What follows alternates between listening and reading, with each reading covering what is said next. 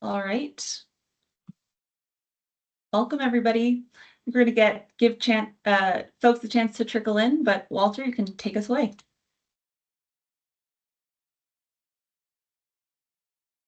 Thank you. Welcome, everyone, to the second webinar in our series, Caring for Trees, People, and Communities. I want to acknowledge that this discussion takes place on the traditional lands of Indigenous peoples throughout Southern California, and we honor their ongoing stewardship of these lands. Just to briefly review last week's planning session, we explored how to prepare for fire and how to think about the people and trees in the wildland urban interface. And more recently, the interaction of fires in urban communities. I know this is a topic that's important to all of us. We certainly appreciate your attendance at today's webinar. Another reminder is that we hope these webinars will prompt thoughts and ideas, that this will not be a lecture, but it will be the starting point of a conversation. All of the organizations represented on the webinar today are here to help inform conversations. CAL FIRE, of which I am a part of, provides free and unbiased expertise to organizations throughout the state.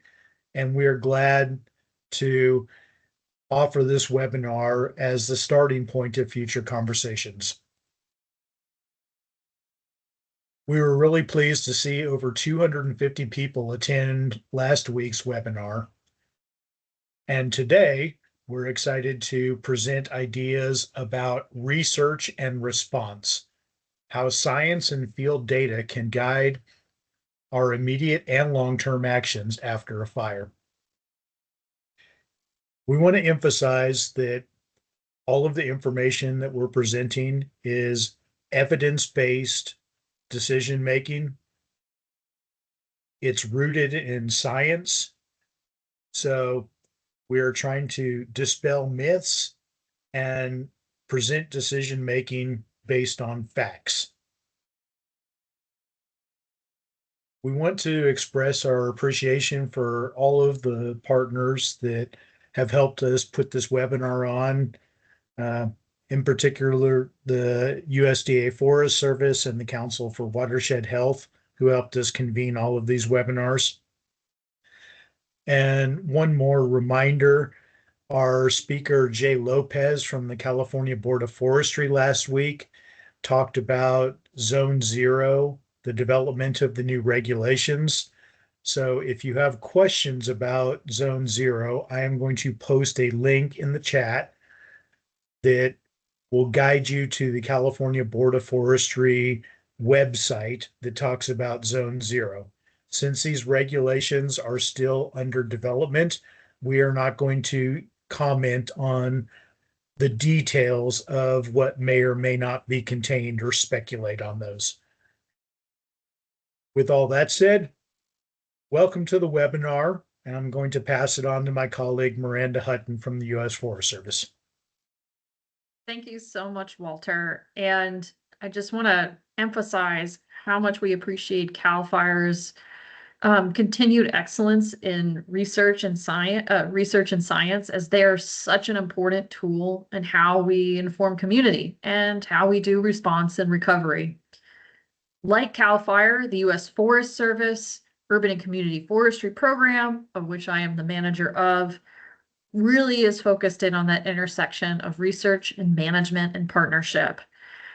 As exemplified by our information and tech hub, the Los Angeles Center for Urban Natural Resource Sustainability, or as we like to fondly shorten it, the LA Urban Center, we help support practitioners with creating new technologies, data, tools that help inform decisions that we have to deal with on the ground.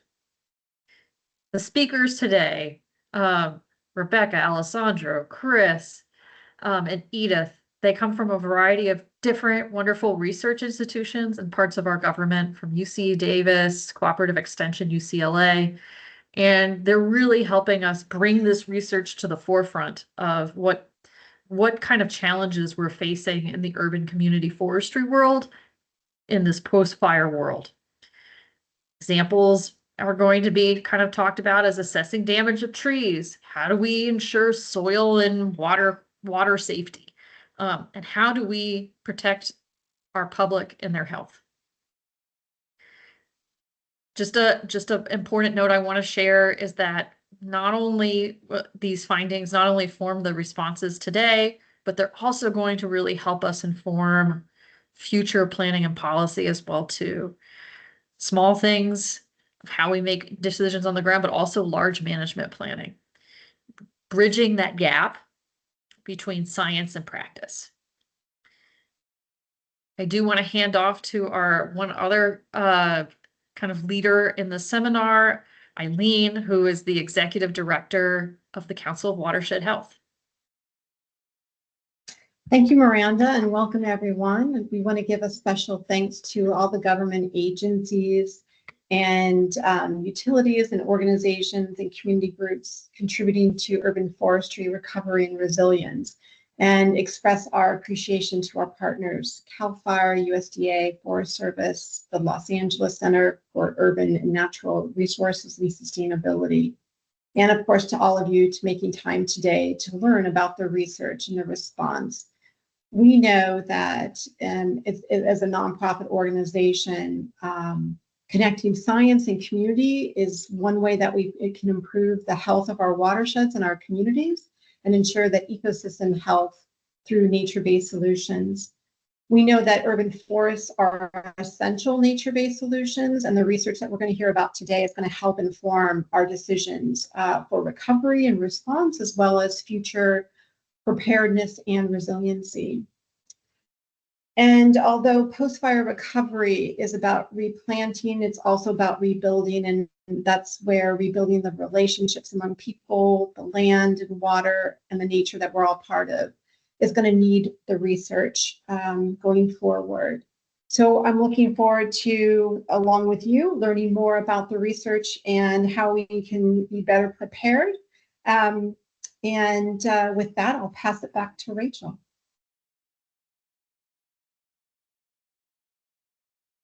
Great. Hi, folks. My name is Rachel O'Leary, and I'm the Partnership and Equity Supervisor for CAL FIRE's Urban and Community Forestry Program. And I've had the special privilege of working with the Forest Service, other CAL FIRE, fellow CAL FIRE colleagues, and the Council for Watershed Health to plan this webinar series. And I wanted to give you a little taste of what you have in store for today. We're going to start off with Rebecca Ferdman, the Sustainability Policy Director for LA County Chief Sustainability Office. And Rebecca's going to be sharing a little bit about the LA County's Community Forest Management Plan and speaking specifically to some of the fire components within that plan. As we heard last week during the webinar with Igor presenting, urban forest management planning is a essential and critical component of preparing for future fires and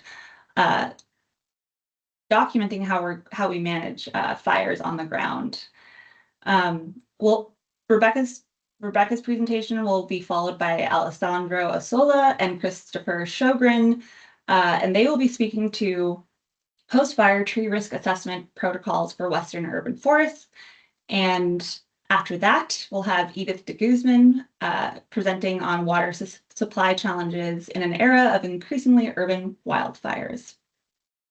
Each of the presenters today will have a short Q&A session following each of their presentations.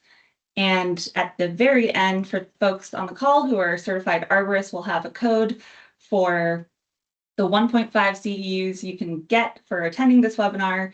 And we'll wrap up with a preview of our final webinar in this series and some upcoming events. Before I pass it off to Rebecca, I do want to go over a few housekeeping and ground rules.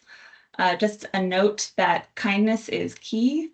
There are fellow participants and speakers on this call and on this webinar that have lived experience with the devastating and traumatic impacts of fire. And so we ask that you keep that in mind, that you lead with curiosity instead of judgment or anger. And we really appreciate you fostering a positive, inclusive, and compassionate learning environment for everybody who's attending today.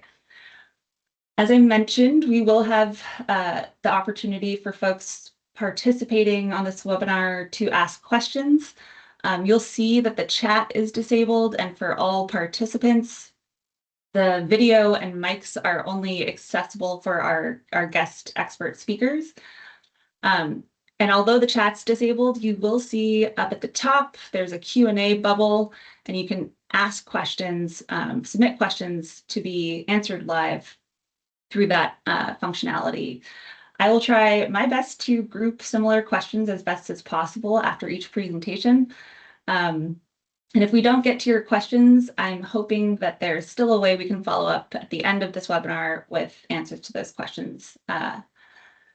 And we will be posting the recording, the slides that you'll see today, and a whole slew of referenced resources online on the Council for Watershed Health webinar website. And we hope you can join us for the last webinar of this series. I'm going to pass it over to Rebecca to kick us off. Thank you so much. Hi, everyone. It is so great to be here. I'm Rebecca Ferdman. I am with the Los Angeles County Chief Sustainability Office. And today I want to share an overview of the LA County Community Forest Management Plan, which is also known as Room to Grow. And I'm going to, in particular, focus on Goal 2, which is the regional community forest, and how that intersects with issues like wildfire. And this plan does look at the community forest as an interconnected system, across jurisdictions, across agencies, but also across landscapes. And Goal 2 is really where that regional coordination starts to come to life. So if you could advance to the next slide, please. Thank you. So I wanted to start with just a quick orientation to the plan. I won't be covering the whole plan today, but the CFMP does set out 5 overarching goals for how we will manage and grow our community forest across LA County, and you can see them here. The first goal, equitable tree canopy coverage. Goal number 2, the regional community forest. That's where I'm going to be focusing today. Goal 3, county tree management, and that's all about how the county can lead by example with the trees that we most closely control, which are, of course, our street and our park trees. Chapter 4, workforce and economic opportunities that are related to urban forestry. And then finally, Chapter 5 and Goal 5, a commitment to funding and to partnerships. But today I will be focusing on Goal 2 because that is the goal that really looks beyond the county and beyond any individual cities in the county or individual communities and neighborhoods, and really asks the question, how do we think about our community forest at a regional scale? And that's where wildfire starts to become a part of the story. We know that our community forest doesn't stop at any of these jurisdictional boundaries, and neither do threats such as wildfire or pests or drought impacts. Next slide, please. So within Goal 2 of the CFMP, we have 4 major actions, and each of those address one piece of what we think it takes to have that resilient, regionally connected community forest. So the first one here, Action 2.1, really focuses on biodiversity, and in particular through supporting native ecosystems and healthy oak trees, which are, as we know, a keystone species for biodiversity here in LA County. Action 2.2 is the action that focuses most directly on wildfire. And so it really emphasizes the education and coordination and research aspects of wildfire management. And we will be incorporating many of the best practices and research and lessons learned from the recent wildfires, including the types of things we're learning about on calls like these, in how we're moving forward the implementation of this action. For Action 2.3, that addresses invasive pests, which of course can undermine tree health and increase fire risk. And then finally, Action 2.4, that is an action that emphasizes regional coordination, which is really what ties together everything within Goal 2. And so what's really important to recognize is that these actions are all really deeply interconnected. So for example, healthy oak woodlands, cornerstones of biodiversity here in LA County, but they also contribute to fire resilience, can reduce fuel loads if they're healthy, and they can create the kind of microclimates that can actually slow fires. But then on the other hand, if you have unhealthy or dying trees or trees that are poorly managed, whether they've been damaged by pests or drought or by poor maintenance, that can increase fuel for wildfires and make wildfires more destructive. And that's why invasive pest management is also a wildfire issue. The more we can detect and treat and prevent pest outbreaks, the more we're protecting not just those individual trees, but really the entire landscape. And so regional coordination is really the thread that connects all of this because no single jurisdiction could possibly manage these issues alone. It matters much more what the region is doing as a whole than what any one individual actor is doing when it comes to these types of regional issues like biodiversity, fire, pests. These are inherently regional challenges, and Goal 2 is really all about sharing and building and sharing that response framework for these issues. If you could advance to the next slide, please. So how are we implementing Goal 2? It's been almost exactly 1 year since the county's CFMP was first adopted, which was in October of 2024. And so we are now about 1 year into implementation. And you can see here a screenshot from our first annual progress report, which was just released at the end of October. So I don't expect you to read all of this, but just to give you a taste of how we are working to bring the actions in the CFMP to light. We have established 4 CFMP implementation subcommittees. The county loves a subcommittee, and each subcommittee is focused on a different priority area coming out of the CFMP. And so you can see all 4 of the subcommittees here. The first 2 are all about canopy equity and depaving, and then about workforce and contracting. But I'd really like to highlight the second 2, the ones that are circled here in green, because these are the ones that are most closely tied to implementing the actions that are within Goal 2. And those are the Oaks and Mapping Subcommittee, which is also sometimes known as Quercus and Coffee here at the county, and then the Invasive Pest Management Subcommittee. And these groups are led by and made up of county department staff, but they bring together and draw upon other local jurisdictions, regional agencies, community-based organizations, and researchers to coordinate efforts, share data and ideas, and identify opportunities for how we can act collectively. And this is the kind of collaboration that helps ensure that decisions about tree management, about canopy expansion, or about wildfire preparation are not happening in isolation, but are instead informed by that regional data and expertise. If you could flip to the next one, please. So I just wanted to provide a few quick examples of the types of things that these subcommittees have been working on over the past year. And this, you can see on the screen, one recent example that comes out of our Oak and Mapping Subcommittee, which is led by our Department of Regional Planning. And with help from many partners, they put together a Zone 0 sort of mapping exercise and web portal, which you can see here.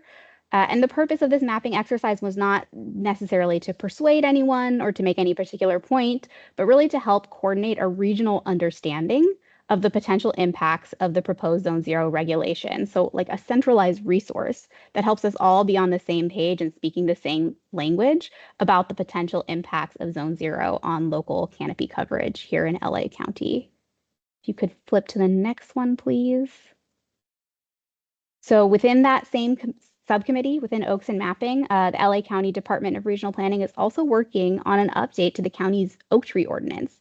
So they're working to just really align that policy with goals in the CFMP to protect and manage oak trees as a key part of our regional forest system and mitigate unintended consequences of the existing policy. Next slide, please. For some examples from our Invasive Pest Management Subcommittee, which has been extremely active, that subcommittee is led by Agricultural Commissioner Weights and Measures, and they have coordinated a huge amount of education and outreach, especially around gold spotted oak borer, or GSOB, which has really been impacting oak trees here locally in the county, as well as invasive shot-hole borer and other plant pests and pathogens. This has included things like train the trainer events, community engagement, fieldwork events, GSOB bio blitzes, staff training, and more. This group has also helped support something really exciting, a brand new, first of its kind, invasive pest management unit, which is within the LA County Fire Department in our Forestry division. We're really excited that this new unit can be a resource not just to LA County unincorporated areas, but to the entire region.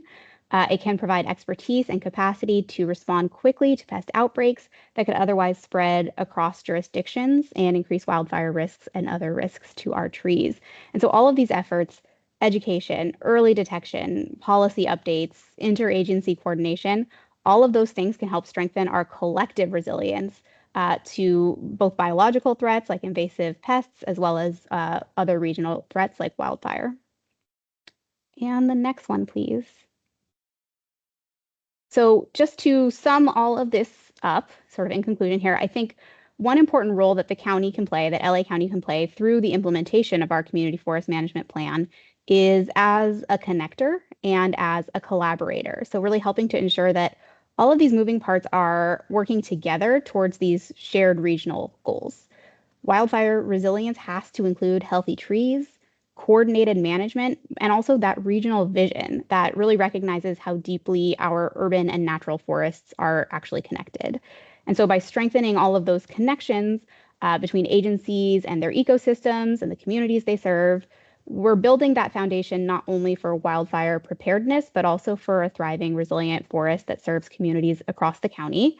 And having opportunities to have conversations like this one that we're having today is a huge part of that. So I really want to thank CAL FIRE and U.S. Forest Service and Council for Watershed Health for hosting this amazing webinar series and inviting the county to be a part of it. The last thing I want to share before I close out here, I did show that screenshot from our recently released first annual report. The full report is available online. I encourage you to be on the lookout for that, or please feel free to reach out to me and I'd be happy to share it with you.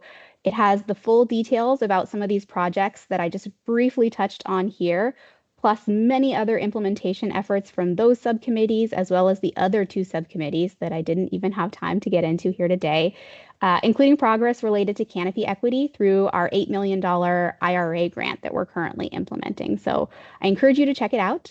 And I also welcome hearing from anyone here about ways that you think we can work together on any of these issues. I'd love to hear from you.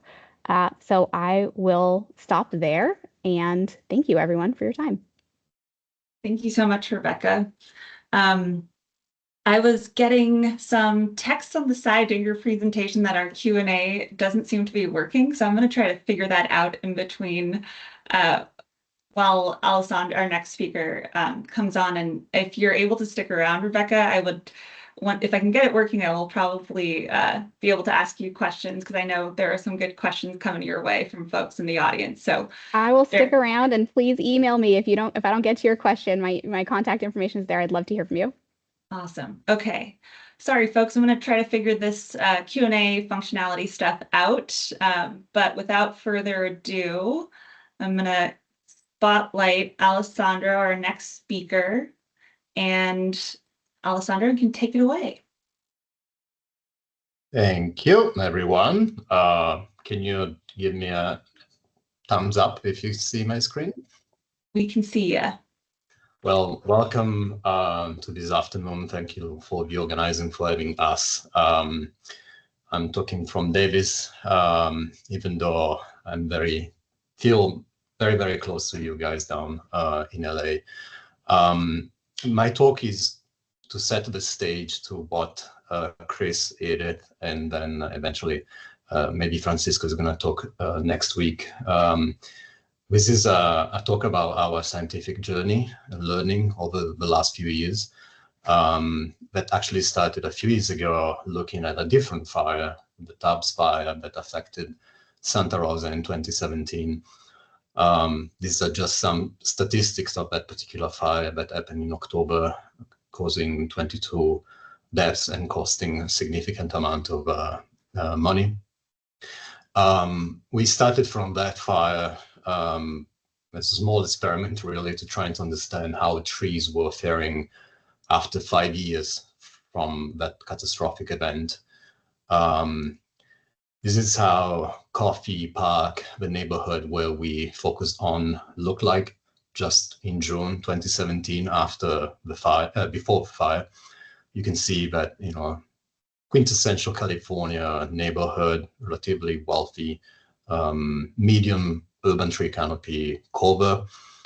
Fast forward in October, fire affected the neighborhood. It happened at night.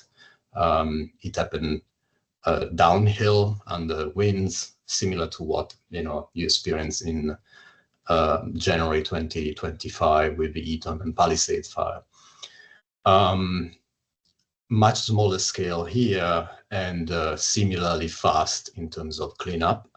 4 months after the fire, both after phase 1 and phase 2 of cleaning up through US EPA and the Army Corps engineers, debris removal was expedited, was really fast.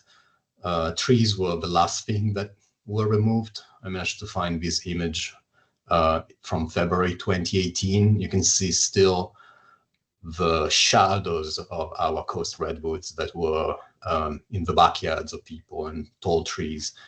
Eventually, all this wood was removed.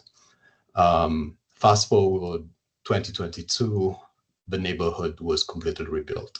Some empty lots, but overall, this community that was overall wealthy and fully insured was able to bounce back relatively fast. Of course, the striking difference here between the two imageries is that all the trees are gone. As you might have experienced, and I'm really sorry if some of you and your families and friends have been affected by the Los Angeles fires. It's a really messy time of confusion. And of course, the trees might be the last thing that people are prioritizing.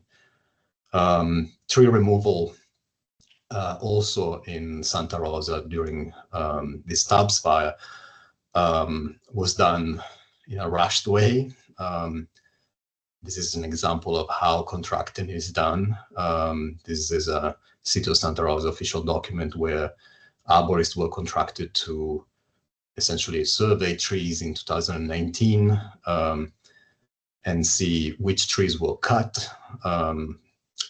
These are public trees, so we are not accounting for trees in private parcels and residential trees. We wanted to try to go back and see these 39 trees that were deemed to be saved because that was the record and data that we had. So fast forward our journey, we actually did a drive-by survey of trees to try to find these trees. This is just a screen up of the map. The fire direction was this. So the fire came downhill, jumped the highway at night, and then destroyed this bit of Coffee Park, this neighborhood, and eventually was defended along the perimeter here. You see in red all the structures that were lost, and in the dark black dots, you actually see all the standing trees that we found in 2024.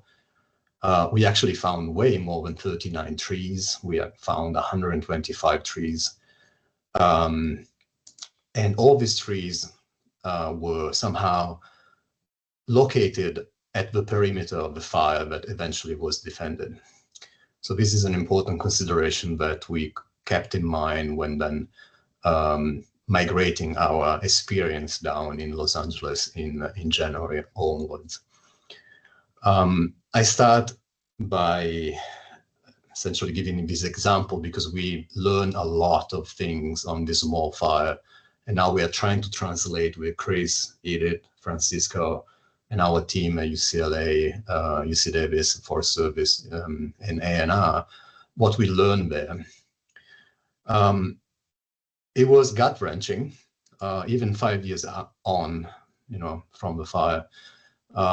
This is an example of, our students going and seeing these trees that might not be the best and most beautiful trees you saw in your life, but they were still providing benefits despite being looking, not super shabby.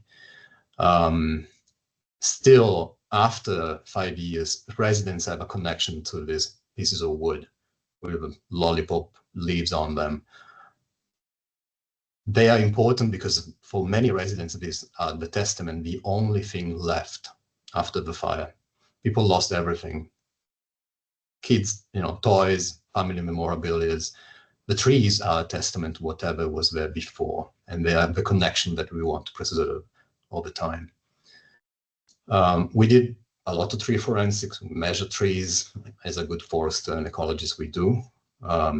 We try to understand how trees might be recovering from this particular catastrophic event. We learn that in the middle picture here, we're still rebuilding the landscape the wrong way because we need to act fast, but in doing so, we cut the roots when repaving a footpath. This is not possible. We need to do better. There are still insects around, by the way, in this particular fires after 5 years. This is Rosalia funebris on the right-hand side, which is a native pest of trees in California. So it's not really problematic. These trees might not look the best you've seen in your life. Some trees a bit wonky. Some trees were spray painted, so they could be removed, and they were never removed. But they are important. They are the testament. They are the legacy. Sitio Santa Rosa tried to improve a bit what has been done in the past. On the left-hand side, you see the tree list that was originally present in the neighborhood, 32 species. Now, somehow, the list has been increased to 45 species. This is an opportunity. This catastrophic loss is only our opportunity to actually plant better, get rid of species that we know might not fare very well under climate change. And in a way, I wish that in LA, in Altadena and Pacific Palisades, we will learn from our small experience. Unfortunately, you know this story much better than me. This is January 7, 2025. This is me, January 8, 2025, already furiously analyzing data as we were reading the news. And thankfully, I was not teaching at that time, so I could dedicate myself completely to this. This is just an example of how we were trying to collect data from public tree inventories, quickly analyze, okay, what are the traits of this species? If we are given permission to go on site, how we do this when we have thousands of trees now, not 100 trees. In Altadena, as you see here, we have about 202 species planted. These are only public trees. Who knows how many are in your backyards, in your front yards. 30% of these trees were deciduous. It means that in January, they didn't have trees, the tree leaves on. There was no canopy to be burnt.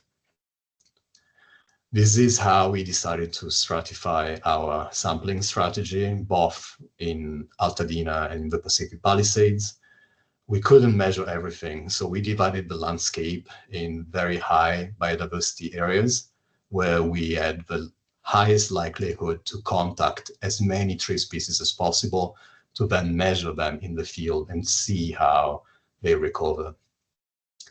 Compared to the Santa Rosa fire, we had the luxury of this natural experiment, very unfortunate. But from a scientific point of view, this is the holy grail. We needed to act fast. We analyzed all this data. We prioritize these different quadrants that you see here in this image, where we had measured over the last several months with Chris, Francisco, and Edith, and many, many other people helping us and students, thousands of trees. Chris is going to give you after me a sort of overview of what we learned. Is just to show you how we prioritize our selection and why we did what we did.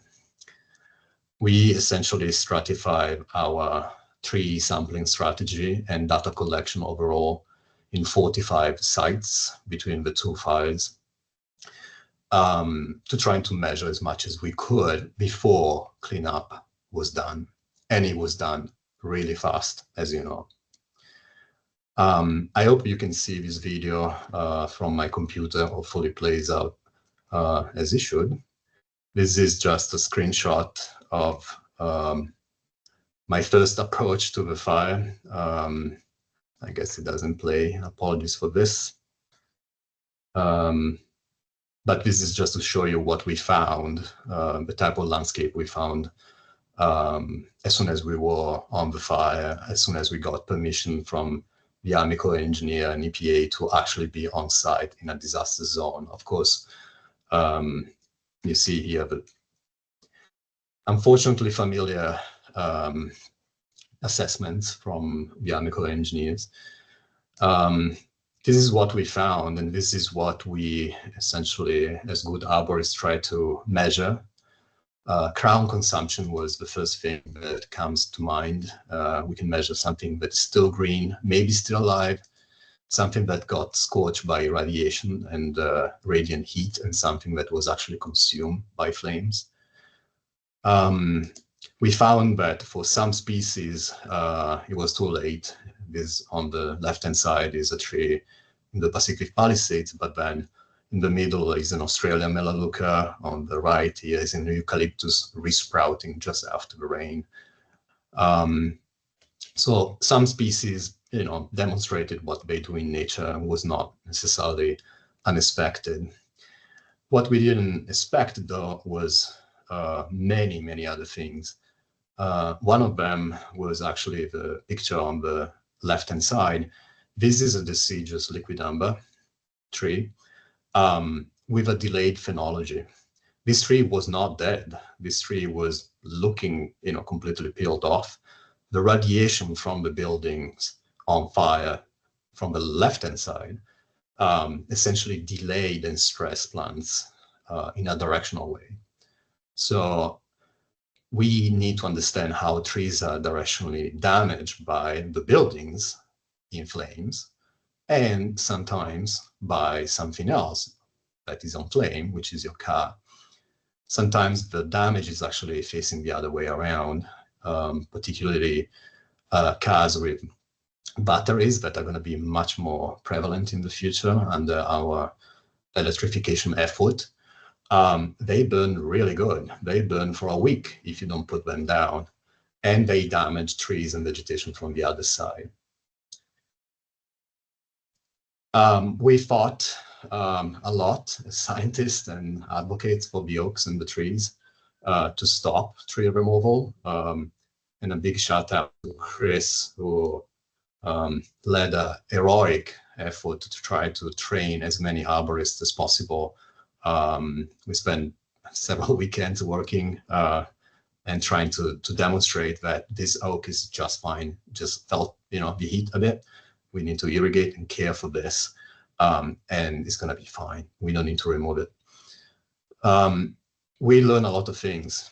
We need to fix weak points in our urban forest. These are ignition points where the trees were actually set on fire because, you know, life is hard for trees as well. The example of the right-hand side is a typical example where without mulch, with pebbles and rocks, you can still determine ignition if the ember flies on a weak spot on that particular bark. My opinion, this is my professional opinion, maintenance is everything in the urban forest if we want to prevent this from happening again. Between us, Chris, myself, and Edith leading this effort with a lot of walking and pain and carrying this particular machine, which is a terrestrial LiDAR scanning machine. You can imagine this as being the same machine that goes on the self-driving cars downtown San Francisco. This machine sends billions of points and measures a landscape in 3D, taking really high resolution data that we are currently analyzing, and we will recollect between March and April next year to see how many trees were lost and to see how we can prevent this from happening. This particular data, you see here an animation of that data. Sorry, it's a bit low resolution. You see the palm trees. You see this is a building footprint. We have 45 sites where we scan this at high resolution. We will able to count every single tree that is going to be removed from the landscape. And hopefully we're going to learn how to replant to make a stronger Altadena and a stronger Pacific Palisades and among many other urban areas in California and elsewhere. All this data is not lost to our computers. In Davis, we have a virtual reality lab.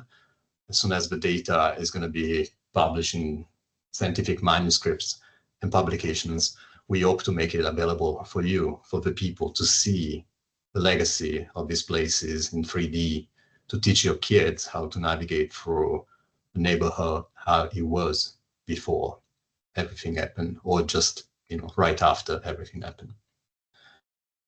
Chris is going to talk more about all the data that we collect and are still collecting, and we will collect, hopefully, under the support of the Forest Service, CAL FIRE, our institutions for ideally decades to come. We want to help you as scientists. Our job is meaningless without you, the community. Where are we going next? Well, I'm coming down again to LA, I guess, soon. But at the same time, we are using fall to collect as many materials and as many litter types to ideally have all the dry materials of the 565 tree species currently planted across California. We'll be on the road to collect these materials from botanic gardens, arboreta, growers, to try to essentially understand how ignition really works in the first few seconds of an amber flying on a pile of dry litter.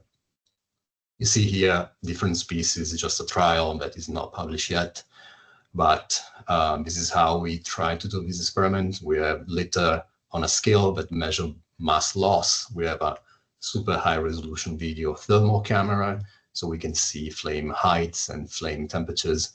You clearly see that different litters have different ignitions. They are gonna burn, but by planting or not planting particular trees, we can save minutes or maybe even more time for people to flee, save their lives, and maybe spare some extra ignitions that, as we saw in the Los Angeles fires, can have a catastrophic effect. I'm very emotional on this thing, sorry for that. It was a very humbling opportunity for me as a scientist to spend 6 weeks on this. I couldn't have done it without our team. And we're trying our best. And if you have any questions, please drop an email. I hope to see some of you in person as we rebuild a stronger and more beautiful LA for all of us. And thank you for your attention. Thanks so much, Alessandro. I think we were able to figure out some of the Q&A functionality issues. So we do have some questions rolling in, and I'd love to take a few minutes to address some of those coming in from the audience. We had one attendee ask, they said, Alessandro, thank you so much for a great presentation. I owned a home just a couple miles away at the time from the 2017 Tubbs fire that devastated Coffey Park. I never thought a suburban community like this could burn like it did. Santa Rosa has such a reputation for being a conservation-oriented and sustainability-minded community. Can you share why more trees weren't conserved? Was mortality really that high? Was it the Army Corps and their contractors that made the decision to remove surviving trees, the city, developers, or others? What can we learn from Coffey Park about preserving more surviving trees after urban conflagrations? Thank you for your question. That's a great question. Sorry if I didn't elaborate much. We have a manuscript under review, so I'm going to give you a preview of the data that's coming out soon.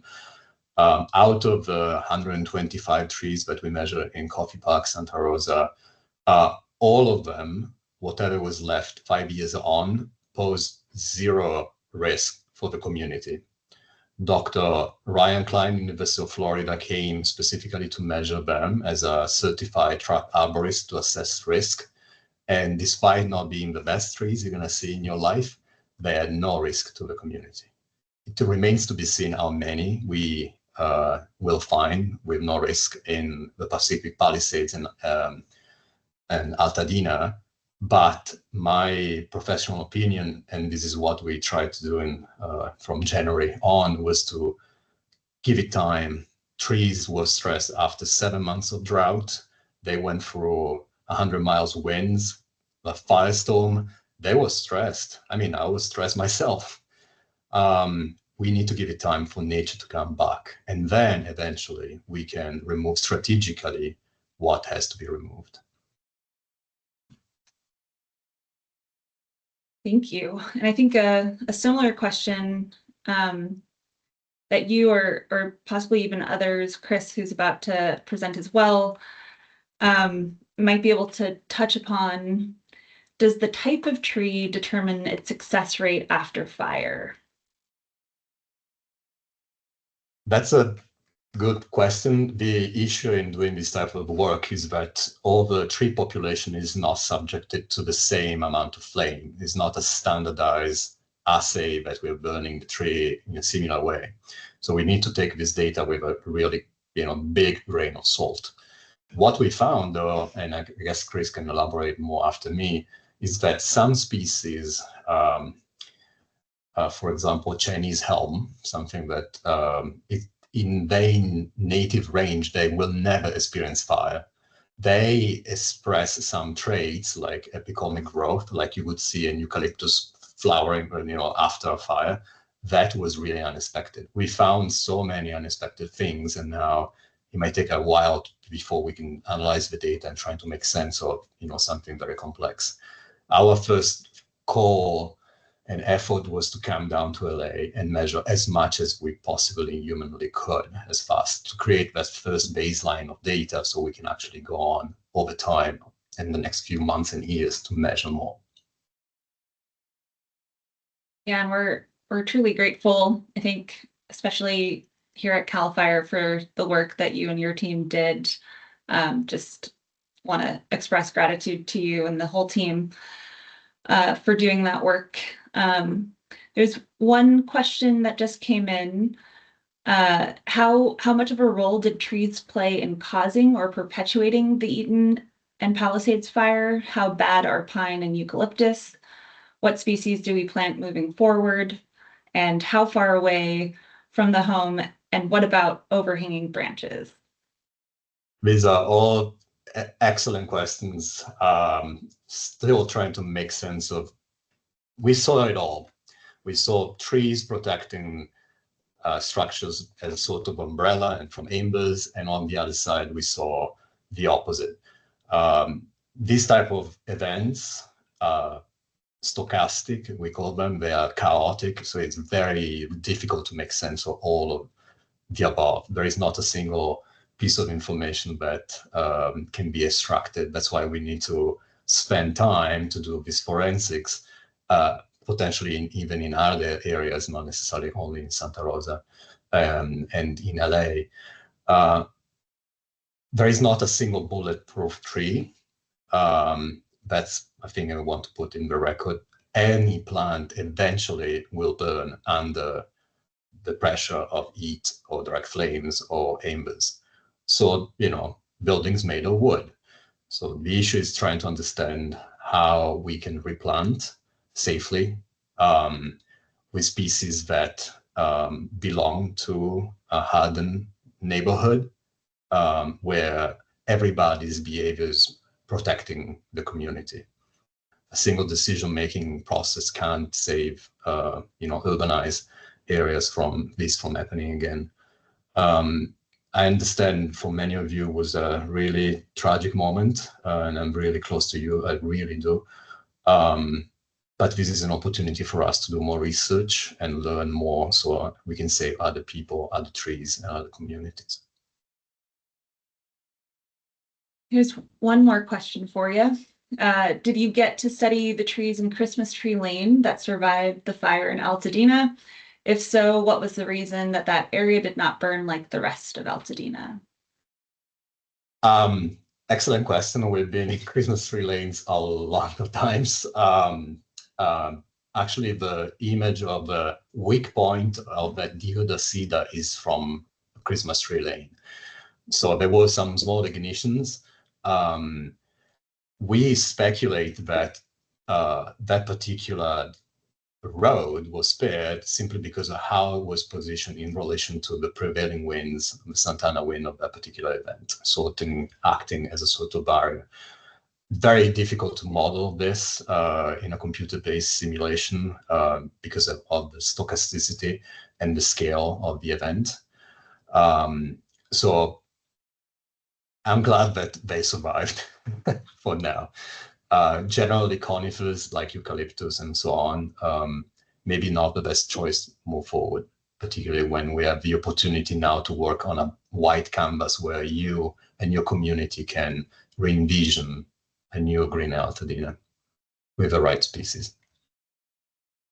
Yeah, it seems like a lot of folks are interested in future tree species planting palettes for recovery efforts. And I know our third webinar will definitely be touching on that. We're going to be bringing on some speakers from Altadena organizations, grassroots greening orgs that have started to think about that. And so stay tuned for the next webinar for some of those discussions. There's one more that came in, Alessandra, before we let you go. And this one comes from Marco, who's on a forester on the urban forestry program, my colleague here at CAL FIRE.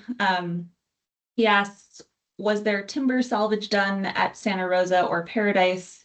If so, what species were used and what lumber dimensions? I'm not sure if you were aware of any of I don't know the specifics of the two older fires, but what I've been doing with Green Schoolyards America, which is a partner of other projects that we have, also supported by CAL FIRE, we are actually trying to figure out ways to move the pile of wood that currently sits on top of Altadena into schools across LA as a legacy wood project, so we can actually make a bench for kids to sit on in the playground, in the nature playground. So that wood is going to continue telling a story for all your kids around LA.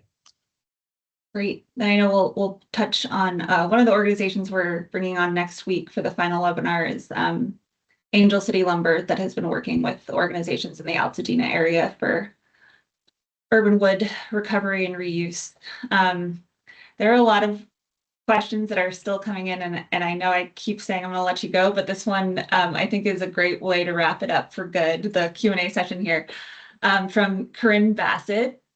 What is your advice to scientists and anyone for being able to jump and collect data like this so quickly post-disaster? Technically, you're not allowed in a disaster zone as a normal citizen unless you're a resident, so just watch out for that.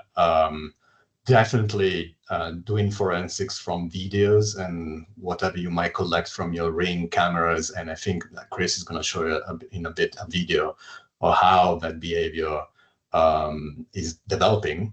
That's valuable as a citizen science effort, collect data that it would be impossible for us to do through that type of technology and means. And if you have any more questions, please, email me. I'm always working. Hopefully with some breaks in between. Well, thanks so much, Alessandro. I can tell that folks are really interested in the information you shared, and we will be posting this recording and Alessandro's slides on the website at the end. So thanks so much. I think we're going to bring Chris, Alessandro's colleague Chris from UCANR on now. I'm going to go back to sharing my screen here. Just give me a quick second to spotlight Chris. Let's see. All right. Oh. Let's see. 1 second. Want to get Chris front and center for everybody. Okay, I think we're good. Take it away, Chris. Can you see my screen now? Or is it? Yes, we can. Okay. So just kind of a continuation of what Alessandra started. I just want to start off with a video for those of you guys that haven't seen this yet. This was a ring camera video just showing the fire in Altadena, and just kind of gives you guys an idea of what was really going on during this fire. You know, this isn't like a normal wildfire like we expect, and so there's not a lot of science that tells us how trees respond, how the fire reacts. This is all a new science, and there's a lot of stuff that we're learning as we're going along. And you can see in that video just how large some of those embers were. And so, you know, to answer some of those questions, like, you know, is something like Italian cypress more likely to burn when you have, you know, an ember that's, you know, 3-4 inches in diameter, that can burn for a while, and, you know, it may sit there and smolder and slowly dry things out, and it, you know, may ignite a tree or a house, you know, hours down the road after it initially got there, just because that ember, that burning ember, is so large. And so there's a lot of things that, you know, it's just not normal fire science that we're dealing with in situations like this. So there's a lot of things that we have to learn as we go along. So this is our general data sheet that we were using when we went out there to collect things, just to kind of show you what it was, the data that we were trying to collect. And this is all based on forest science and forest wildfires. And so we're trying to use, you know, science that is known and take that into the urban environment and try and make sense out of what we can. Here's some of our team that was out there helping collect measurements. You can see Alessandro, great. A lot of different people really helped us out there take these measurements. And it is one, you know, just a side note, that as we were out there, especially during those initial days, you know, we were kind of a shoulder to cry on for a lot of homeowners and a lot of people that experienced this fire. And, you know, there were times where, you know, we were there just talking, you know, more or less just listening to these homeowners. You know, we may be there for an hour and just giving that person an outlet, like, to express their frustration and everything else that was going on. So, you know, if you are ever out there, you know, recently after a fire, that is something that you have to deal with. You know, you are going to have people that come up to you and they're very emotional. You know, their trees may be the only thing left, you know, and so they're just very emotional about everything. And sometimes they just have to let all that emotion out. And you just may be that person that's there that has to help them, you know, comfort them through that situation. So we went out, we tried using iPads and things like that to record our data. Ended up being that it was a lot easier just to write things out by hand. So here's just what one of our data sheets look like. You can see it's a mess, and it's a lot to go back through and input into a spreadsheet and make sense of it. So you know, Francisco, Alessandro, Edith, everyone that's, you know, going back through and interpreting this data and inputting it, thank you. But there, you know, it's complicated, and, you know, sheets get messy, and we're going to go back and look at one specific thing here and kind of look at tree survival at the very end. So Alessandro already kind of went over this, but this is what we were looking for when we were going out there and doing our measurements. Looking at crown consumption, so green crown pretty much makes sense to most people. Foliage is green, you know, not affected by the fire. Scorched, you can kind of see this browning. Obviously, that foliage was affected by the fire in some way, so that lumps it into that scorched category. And then the consumed essentially means that the fire, you know, essentially burned all those fine leaves, needles, whatever it may be on the branch, and that's what we call consumed or burnt. And you can see those examples here in the picture. We're also looking at stem char. I know these pictures may be a little bit hard to see, But essentially, if you're looking at light stem char is essentially kind of superficial. You just have some light burning on the outside. You can still make out all the characteristics of the bark. Once you get into moderate stem char, that's when some of those characteristics of the bark start to go away. Fires actually burned into the bark a little bit. But really what we really are concerned about is that severe or heavy stem char. And that's when that bark is, essentially fully consumed and has made it down to that cambium layer. And this is a pretty good indication that, that cambium underneath that bark is likely dead, which is what we're concerned about for tree survival going forward. So I'm just going to go through a few pictures of trees post-fire, how they look.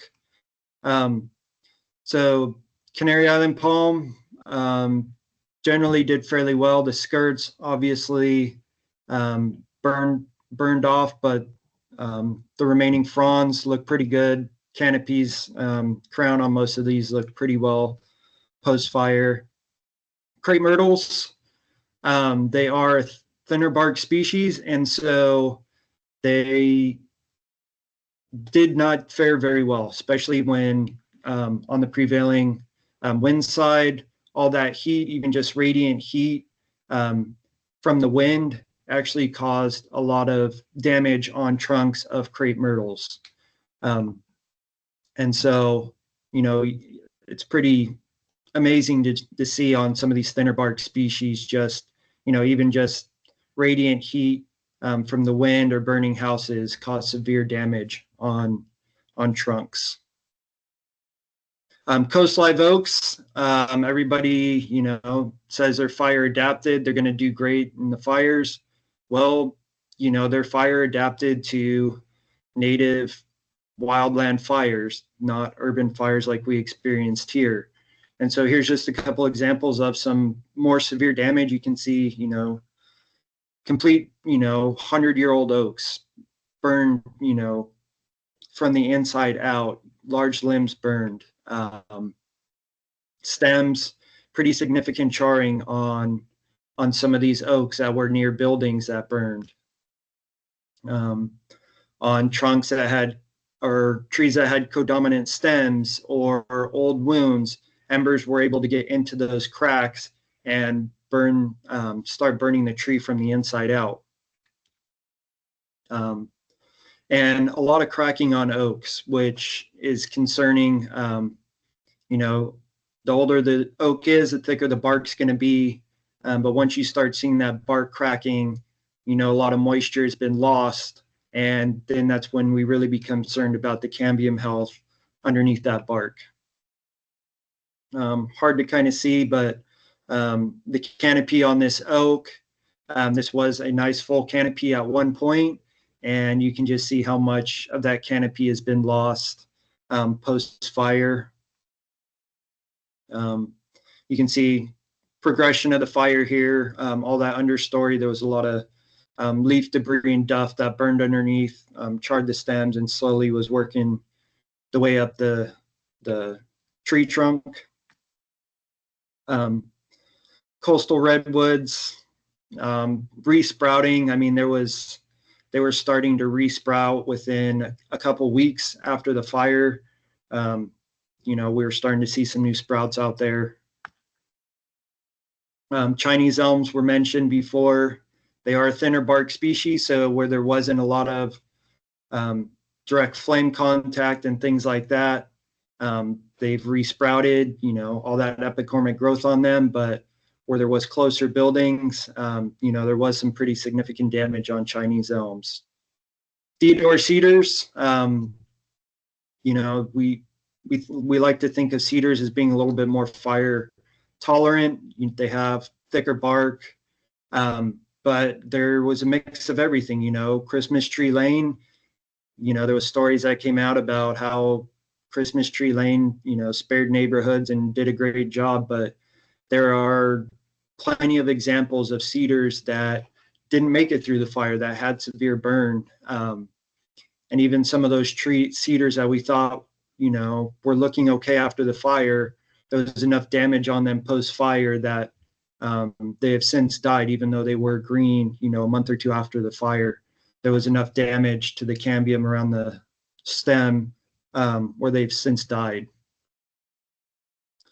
Alders, these kind of reacted a little bit more. You can see some bleeding and stuff on them. Was pretty common on these out in the field, seeing that reaction. There's that stem bleeding on them. Magnolias, we saw a lot of bleeding on these as well.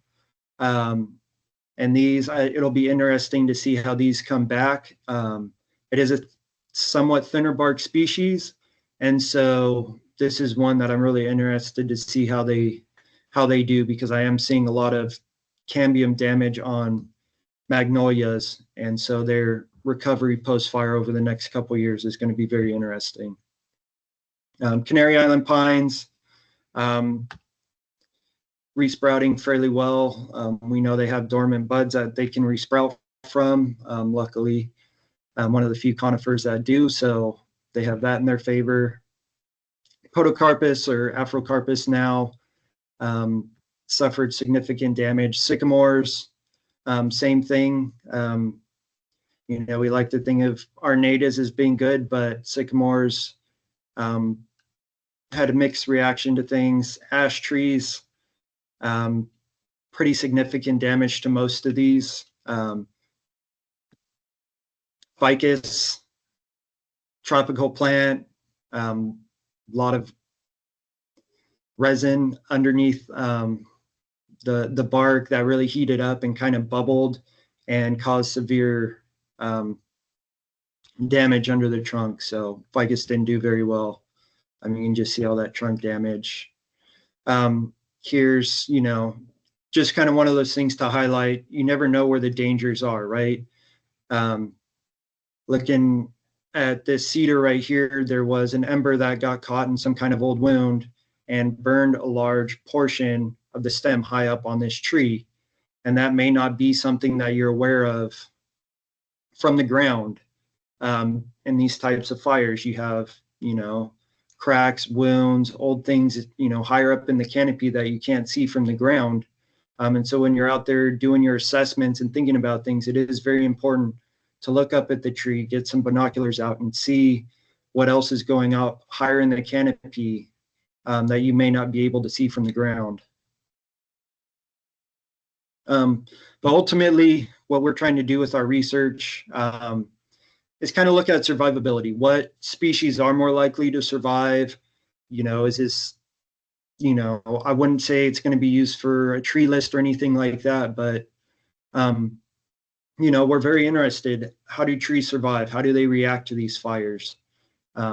There's, you know, not a lot known in our urban environments.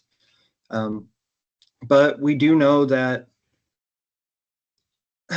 there is some information out there from wildfire research. We know tree size matter. The larger the tree is and the thicker the bark, the more likely it is to survive fire.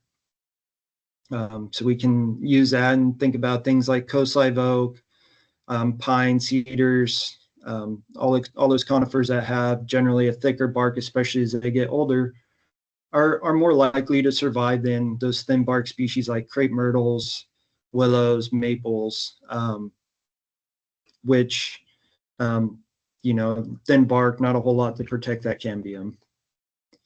So just going back, looking at kind of conifer research and wildfires, there's a couple things that they look at for tree survivability. The first, they're looking at live crown ratio and stem char, or essentially cambium damage. Those are really kind of the two things, the biggest things that they're using for assessing whether a tree is likely to survive or not. And so looking at the canopy, you know, there's a lot of stress on trees post-fire. So with that scorch, that consumed branches, you have reduced photosynthesis, all those energy reserves and the foliage has been removed. You've changed the microclimate, weaken the defenses of the tree. There's a lot of new stresses on that tree that it has to overcome, and it has to be able to pull energy from somewhere and create those new leaves. And so generally in conifers, what we say is, you need at least 30% live crown ratio to have a decently healthy tree that can bounce back. But do we know, this is in conifers. There's essentially no research on our broadleaf trees. And so that's, is it going to be the same thing? Or, is 10% okay on some of these species that have nice dormant buds that they can resprout from the trunk? Or is it a higher number? That's what we're trying to figure out, trying to get some numbers similar to this, or at least some better idea of what's going on. And the other thing is assessing the trunk. And really when we're talking about, stem char and all that, what we really care about, what we're really trying to get at is the cambium damaged or not?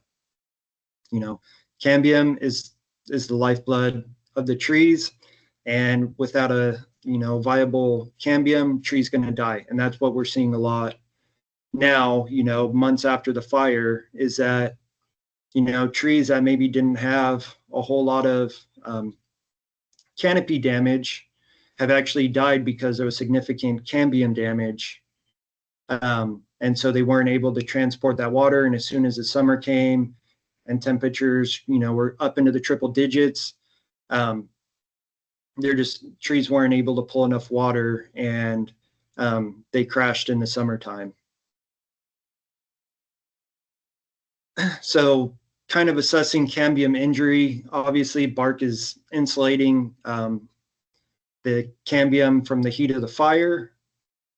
And so the thicker the bark, the more insulation there is, less potential for the cambium to be killed.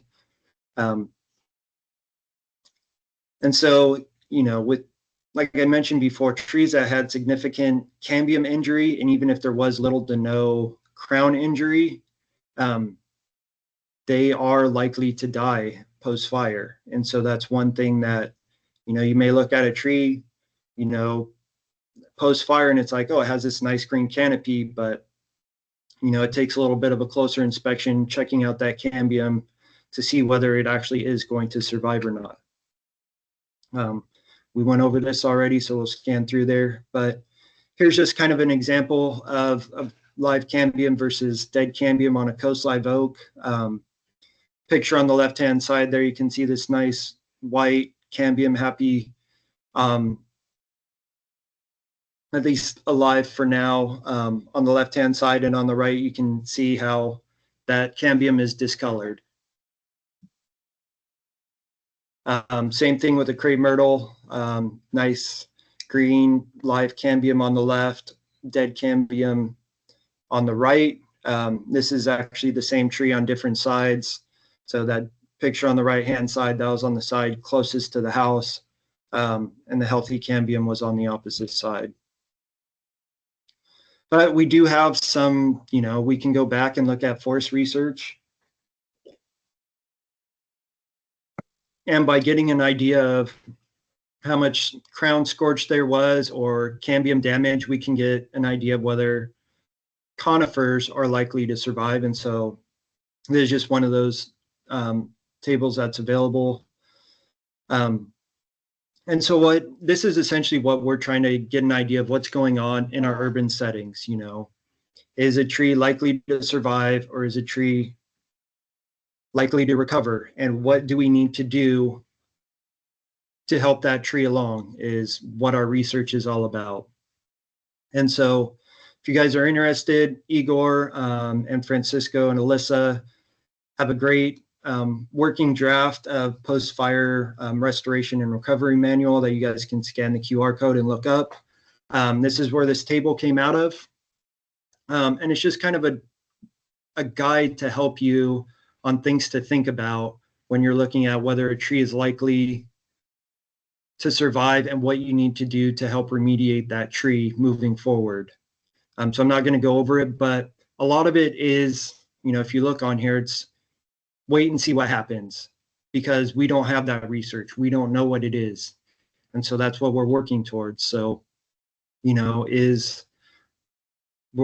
eventually we'll get this table filled in a little bit, but you know, it's a good starting point to at least get you thinking about things on your tree recovery.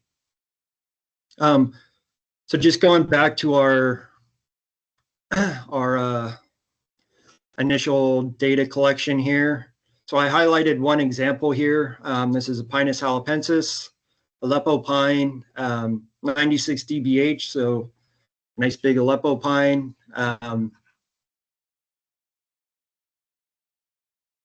This is centimeters, so I want to point that out. But just in your guys' own mind, do you guys think this is likely to survive, or is this something that is going to die? So this is for you guys to think about. Bigger tree, you have 20% of the crown of this tree was consumed, 80% of the crown was scorched. So essentially 100% of the canopy of this Aleppo pine was affected by the fire. And as far as where we're seeing some new growth, so there is some sprouting from the canopy. So you see upper canopy, lower canopy, some sprouts on there. But the trunk itself, pretty minimal damage, light char, 5%. So pretty minimal damage on the stem of this. But, you know, you have more or less 100% of that canopy that was affected. So, you know, that's the idea moving forward. And I see some ideas coming back up here, whether, you know, a lot of people saying that it's likely to survive. And that's what we're going to figure out. If we go back just 2 slides, and we look at all the other conifers on here, you know, we're essentially saying there's 100% of crown scorch or worse in the canopy. And all of these, you know, essentially anything above 70, tree is not going to make it. You know, it's in prior research, it's saying that, you know, that tree is not likely to make it. There's not enough reserves left for it to pull things out. Maybe there's too many buds that have died. But we don't know, you know, it's a different species that hasn't been looked at. So, you know, I do think that, you know, I remember this tree, and so I do think this tree is likely to survive, but we don't know. That's what we're, you know, when we follow up next year doing our assessments, you know, we're going to go back and look at the exact same trees and look at that health and see whether, you know, what we think was going to happen on a tree like this actually did or not. For those of you that actually go out there and do the work, if you guys have Survey 123, I put together a post-assessment, post-tree assessment form on Survey 123 that you guys are more than welcome to use, steal how it's set up. It just helped us when I was out there talking with arborists to say, hey, here's a starting point for you guys to look at. Here's things to consider when you guys are going out there doing your assessments, of things to consider on whether, you know, tree is likely to survive, where the weak points are, things to consider doing your assessments. And so here's a Word document of that form. And for any of you that are interested, you can email me. I'll send you the form itself. You know, I'm here to help you guys and try and figure out ways to think about tree health post-fire. But just a general guide. A few other things that we noticed while we were out there, post-fire pathogens. So one of the first things pathogen-wise that we're seeing is you'll go out and you'll notice this green or kind of grayish pathogen. And this is, I had it identified, so this is a penicillium. And this was a great indicator that the cambium underneath the bark was dead. So essentially the only time I saw this penicillium was when the cambium underneath that was dead. So just something that I noted while I was out there, had it sent out and identified so I could help you guys out. Then obviously, you know, it didn't take long for these fungi to kind of start taking hold. So here's some split gill fungus. I want to say this was about 3 months post fire, and that fungi was already starting to decay those trees that had been severely affected by the fire. Insect wise, we know bark beetles are going to be the first thing that come in. I didn't see them as quickly as I thought I would post fire. It did kind of start taking until the fall until I started seeing some bark beetle activity. But then we know kind of the general succession, bark beetles come in first, and then you're going to get those secondary wood borers that come in post fire. And there's, you know, some good papers on our natural, I don't have the QR code for this one, but we know how they kind of work in our natural systems, kind of the progression of those beetles. One thing that I saw that I just have to point out is all the bad practices that go on post fire. I know it's hard to see in here, but there were numerous instances of trees that were spiked to be pruned post fire. First of all, trees shouldn't have been pruned yet.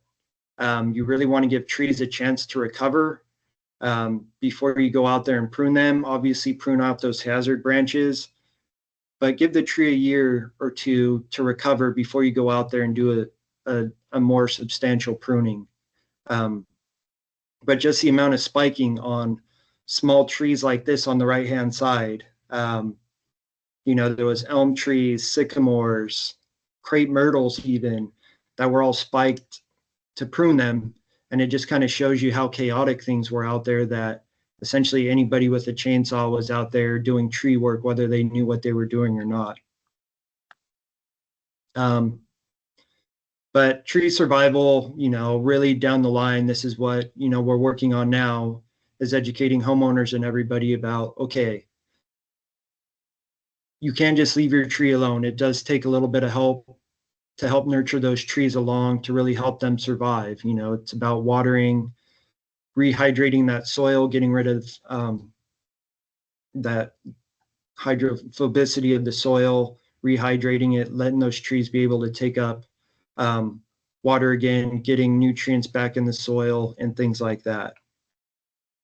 So there's, you know, different guides out there that you guys can look at if you want to, or to help your clients out, ways to think about things post fire. But I'll stop there, and, you know, I think I have a little bit of time for questions. Thanks so much, Chris. There are a lot of really amazing questions rolling in the chat, and I do want to make sure we have time for our final presenter. But one question that I think rises to the top for me, just in looking at what folks have submitted here, Drew says, as an arborist who has been involved early in the Altadena response, I want to thank you and your colleagues at UCANR for responding so quickly after the fires. By developing the post-fire tree health assessments and working with area arborists who had experience in post-fire settings like Rebecca Latta and Noe Cardenas to educate their arborist peers, this resulted in out-of-town contracted arborists being educated and likely many hundreds of trees being saved. The majority of certified arborists did not know how to do these health assessments after fires. Does UCANR have any plans to continue these trainings and maybe even create a post-fire tree health assessment credential for arborists with ISA or Western chapter so we can be more prepared next time around? So this is something that I have talked with a few people about. There is a credential in Pacific Northwest for tree care post survival. I don't exactly remember what the title of the credential is, but I have started talking with ISA about bringing something like that down into the Western chapter, and Tracy's on here. And so it is something that, is in the works to get going, because there is a lot of interest, and we do plan on continuing this, doing more trainings and getting more people educated as we're going out, and once we start looking at things again next year, and we're kind of collecting that second year of data, we will be having more workshops and bringing arborists back out there and saying, hey, here's trees out. Here's what happened last year on this tree.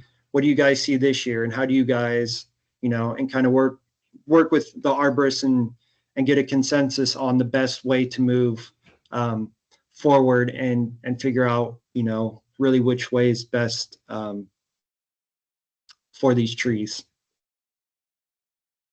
Awesome. There's one question that was posed by Amy Jones earlier that perhaps you and Alessandra might be able to speak to, but Amy asked, homeowners in the LA area are already receiving pressure from insurance companies to remove trees adjacent to their residences. I hope the data you are collecting can also help protect and preserve mature, healthy trees from what seems to be a knee-jerk reaction to these events. Is there a body of data that homeowners can refer to that can help inform their insurers? Yes and no. So insurance companies are, at the end of the day, insurance companies are trying to minimize their risk. And what we have to do as arborists and everything else is show that we are minimizing our risk with our trees. And so most insurance companies, they want trees and things like that removed because people haven't maintained those trees properly. If you're showing that you have been actively taking care of your trees, you're removing branches within, 4 to 6 feet of your roof line, keeping them pruned away from your house, insurance companies are likely to let you keep those trees. And if you can show like, hey, I go out there, I maintain my trees, insurance companies are, it is going to be a fight. That's just how it is. And, zone zero makes things a little bit more complicated. But insurance companies, in my personal experience, if you can demonstrate that trees have been properly maintained and pruned properly, even if they initially tell you things need to get removed, you can fight it, and insurance companies will come around. Thank you. Alessandra, anything to add to that question? I know it's a hot topic for a lot of folks in our field. I don't express comments here because it's all up in the air. What I can say is depends where you live. If you are in a high risk fire zone versus other zones, so you can check the CAL FIRE maps because policies are going to be bound to this type of zones. So definitely, if you live in a eucalyptus forest, maybe you should kind of rethink where you live and try to reduce the risk, because it's not a zone zero issue anymore. It's a much larger community level issue. Great. Thank you both so much for your work. And I know there are lots of other questions that we're not able to ask live, but Chris and Alessandra, if you're able to answer or respond to some of those questions, I would really appreciate it, because there are some great ones that we didn't have time to ask you today. But thank you so much for participating today. Really appreciate you sharing this information. All right, I'm going to bring on, I haven't forgotten, Rebecca. I do have some questions rolling in for you as well, and hopefully we'll be able to ask those. But I'm going to bring on Edith de Guzman, get her spotlit so she can be center stage here. Edith, thank you so much for joining us, and take it away. Thank you so much. Can you hear me okay? Yes. Great. All right. Well, thank you, everyone. Good afternoon. And thank you to the Council for Watershed Health and CAL FIRE and the Forest Service for inviting me to join you today. As you've just heard, I've been part of the effort to assess post-fire tree conditions, particularly in the Palisades burn scar, but you just heard from Ale and Chris. They've already been representing that work here today. So I was asked to talk about something different. I was asked to talk about water and how it relates to the themes that are being discussed in this webinar series. Next slide. And so I hope that this presentation will help to demonstrate that water is indeed at the center of the broader issues that we are talking about here. And that happens in a few ways, whether it's our climate's relationship with water and how that sustains our habitats, or how water directly impacts response to the fires and recovery from them. Water and fire are deeply intertwined in our region, and I'll tease this out a little bit more by walking us through 4 specific ways that that manifested this year. Next slide, please. So the first way that that happened is weather and climate, most obviously. So we are accustomed to cycles of wet and dry in Southern California's Mediterranean climate, but the climate change fingerprint that we're increasingly seeing in how extreme these swings are becoming was, of course, a major culprit in causing the degree of destruction that was brought by the Eaton and Palisades fires. Specifically, we saw 2 wildly kind of off the charts wet years in 2023 and 2024. As an example, in February of 2024, UCLA recorded 12 inches of rain in one day, something that I personally thought was not possible in my lifetime. And of course, there are entire years when LA doesn't record that much precipitation in a 12-month period, let alone in a single 24-hour period. That amount of precipitation, of course, supported vigorous vegetative growth. And then following those wet years, many parts of Southern California saw the driest start to the wet season on record, which was not broken until later in January of 2025. So clearly precipitation, or the lack thereof, is one way water matters here. Next slide. Another way that water relates to the recent fires and the outcome of those events is in firefighting. Water is one ingredient in a suite of firefighting tools, though, as many on this call know better than I, it's by no means the only tool available. Now, the trend of increasingly urban wildfires has been bringing to light that there's a pretty severe mismatch between the traditional design of urban water systems and the major task at hand.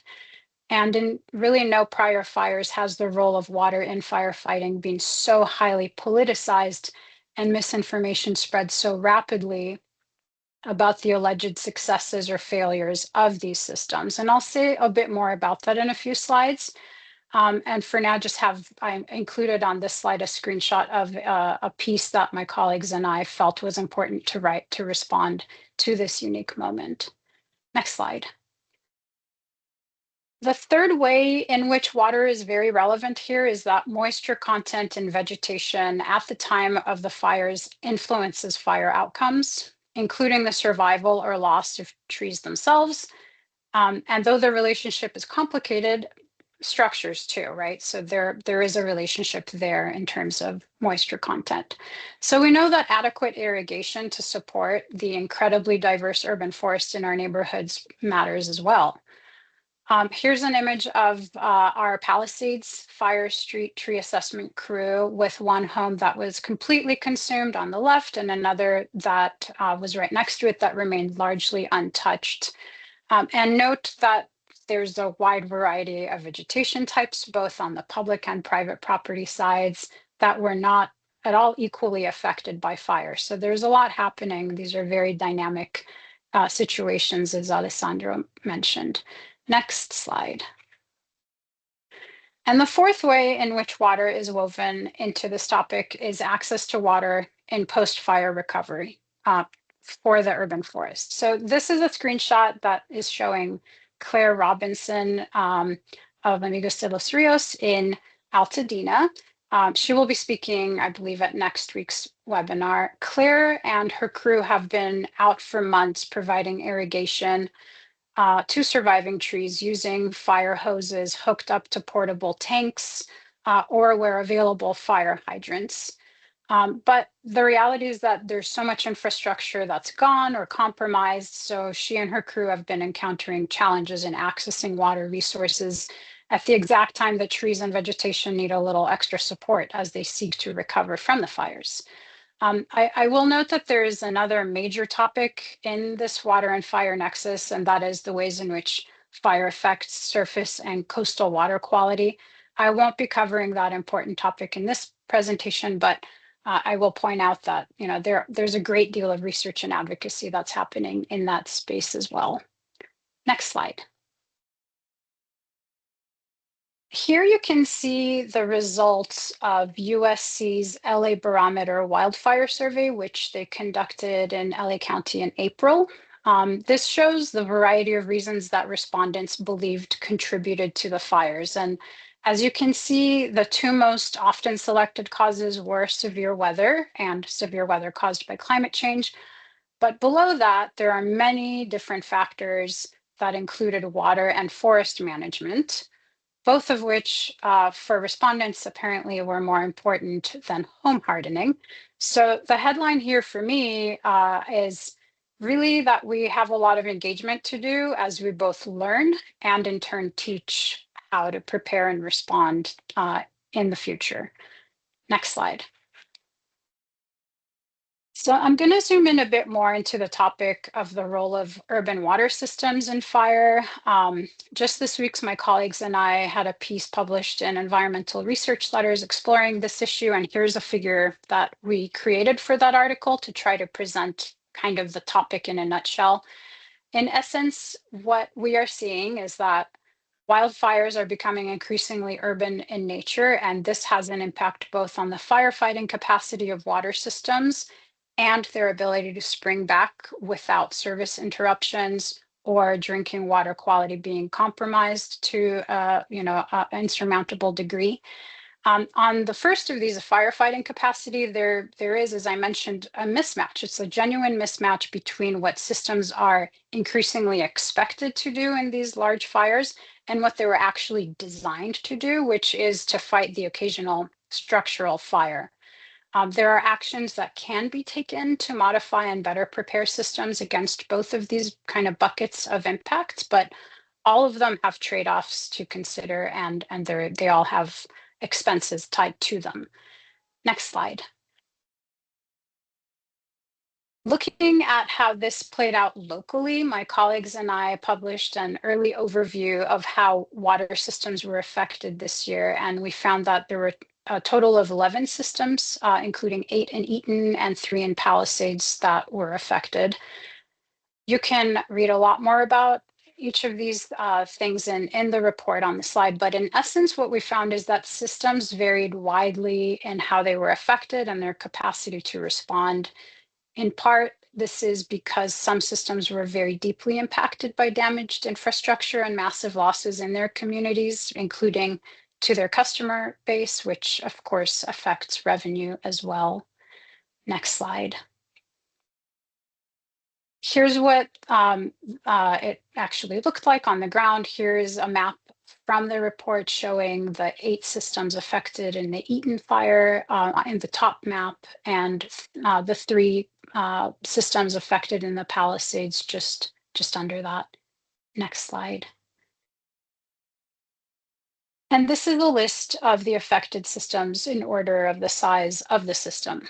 You can see how varied the systems are, serving between just under 2,000 people via just under 600 water connections to almost 4 million people in the case of LADWP.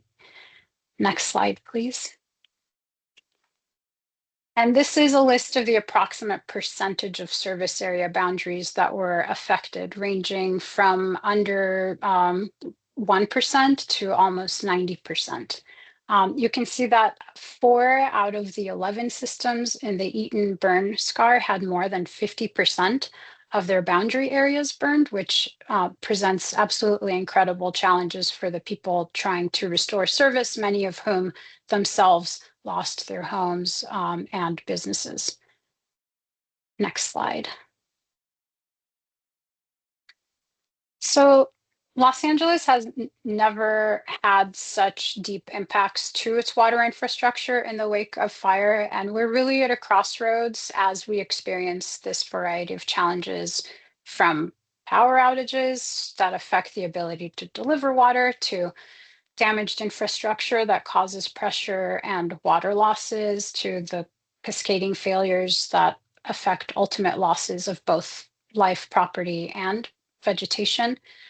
It's clear that this is a moment where we should all take stock and determine how to proceed, which of course also can inform what other regions experiencing similar challenges will be able to do in the future.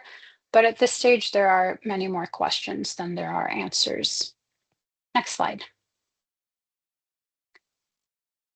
There are good reasons why the fires may end up actually serving as a catalyst for changes in water system preparedness and response. And these include the fact that we're even talking about the topic to begin with. The amount of attention that this has received from the public, the media, and decision makers has been unprecedented. And so too has the degree to which the roles and responsibilities of water systems have been, sort of politicized, and misinformation spread very rapidly. You may all recall that it was just within hours of the Palisades fire that politicians from the local to the federal level were making claims about supposed water system failures, which in turn fueled public distrust, which we saw to some extent in that survey finding that I shared earlier. But for better or for worse, there is now a higher amount of interest in increasing preparedness and response of these systems. And indeed, many systems are hoping to receive support to make changes while there is a window of opportunity, which then in turn, hopefully, is a way for us to provide the needed support for the urban forest as it seeks to bounce back. Next slide, please. That said, there are also reasons why this moment may not serve as a catalyst for change. And I would say that chief among these is the reality that there's just no magic wand that can transform any water system into one that could match fires occurring in such extreme conditions. Water is kind of inconveniently heavy to move around. And especially in hillier terrain, it requires significant energy to move at the exact time when power systems are likely to be compromised and not available. And as I mentioned earlier, water is not the only element that firefighting agencies use to combat the spread of fire. And any significant modifications will require significant cost, and there are limitations to how much public funding can flow to support changes, or how willing customers would be to see their rates increase, in addition to just regulatory reasons why proposed changes may not be immediately possible to implement. Next slide. So on the topic of how we actually pay for these changes, here's a quick snapshot of how many water systems in 6 Southern California counties currently have fire rates as part of their water bills. These data are from a water system atlas that my colleagues and I published in September, which includes an online mapping tool where you can learn all you ever wanted about your water system if you live in Southern California. As a side project, as part of that, we looked at how water systems actually fund a variety of fire-related measures. And we found that there's no standard way that they do this right now, and that many systems don't even charge fire rates. In LA and Orange County, you can see in the chart here, 2/3 or more of systems do have some kind of charge that they charge around fire, but note that these vary in what they actually prepare systems to do. But in Kern, Riverside, San Bernardino, and Ventura, this is much less common. Next slide, please. If you think that was a lot to cover, well, we have more. At the Luskin Center for Innovation, we have created a fire research hub with lots of resources. Here are just a few of the publications that we've produced or been part of. In the right bottom corner, you can see the report produced for the county's Blue Ribbon Commission, which I encourage you to look at if you haven't already. It came out a few months ago. Our center's faculty director, Megan Mullen, oversaw a really significant effort involving more than 40 researchers providing context on many topics, including water and vegetation management, but also housing and other topics. Next slide, please. And I also wanted to share that UCLA and UC Ag and Natural Resources established a coordination network on water supply and wildfire research and policy that's chaired by my colleague Greg Pierce, and which I'm part of as well. We held our first workshop in Sacramento over summer, and we'll be following up with workshops on the economics of water system firefighting, and then drinking water quality, trust and communications. And then next year will be a topic that's probably of more interest to this audience, which is water and urban vegetation.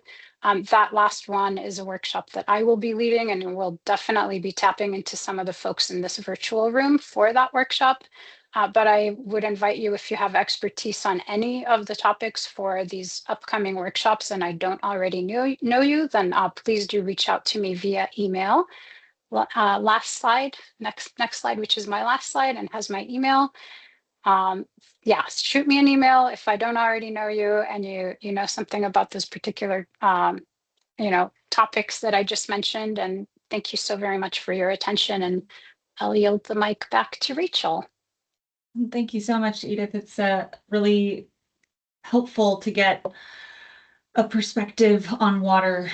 There are folks in the chat who said, Saul said thank you for saying that no water system could have stopped the LA fires. And that really needed to be said. There's one question in the chat for the resident survey you presented the data for. When they were asked to identify the factors that contributed most to the January wildfires, how many residents contributed to that survey? And I would actually add, what were your outreach tactics? How did you get people to respond?